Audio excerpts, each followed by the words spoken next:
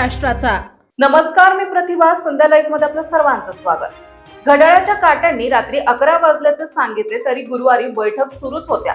प्रशासनाशी विकास कामाचा आढावा, लोकप्रतिनिधींसोबत चर्चा, नागरिकांच्या अडचणी आणि अवघ्या काही तासांच्या विश्रांतीनंतर शुक्रवारी सकाळी नेमके 7 वाजता उपमुख्यमंत्री तथा बीडच्या पालकमंत्री सुनेत्रा अजित पवार जिल्हा रुग्णालयाच्या परिसरात दाखल झाल्या।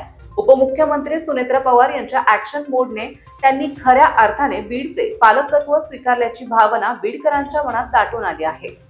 दिवंगत उपमुख्यमंत्री अजित पवार यांनी स्वतःहून बीड जिल्ह्याचे पालकमंत्री पद स्वीकारले होते। त्यानंतर ज्या झपाट्याने त्यांनी विकास कामांना गती दिली, मोठ्या निधीला मंजुरी मिळवून दिली आणि प्रशासनाला कामाला लावले, त्यामुळे बीडकरांच्या अपेक्षा उंचावल्या होत्या। त्यांच्या अकाली निधनानंतर हा विकासाचा वेग कायम राहिला का, सुरू असलेल्या कामाचे काय होईल अशी चिंता अनेकांच्या मनात होती।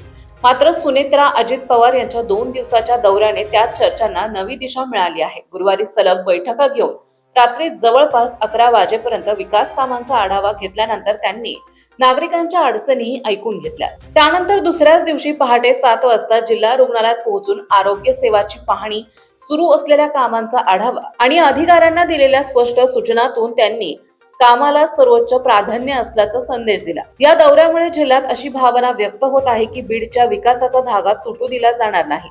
सुनेत्रा पवार यांनी केवळ पालकमंत्री पदाची जबाबदारी स्वीकारलेली नाही, तर ती कृतिशील आणि परिणामकारक पद्धतीने पार पाडण्यास सुरुवात केली आहे। त्यांच्या कामाच्या झपाट्यामुळे बीडकरांच्या अपेक्षांना पुन्हा नवी पालवी फुटल्याचं बोललं जात आहे।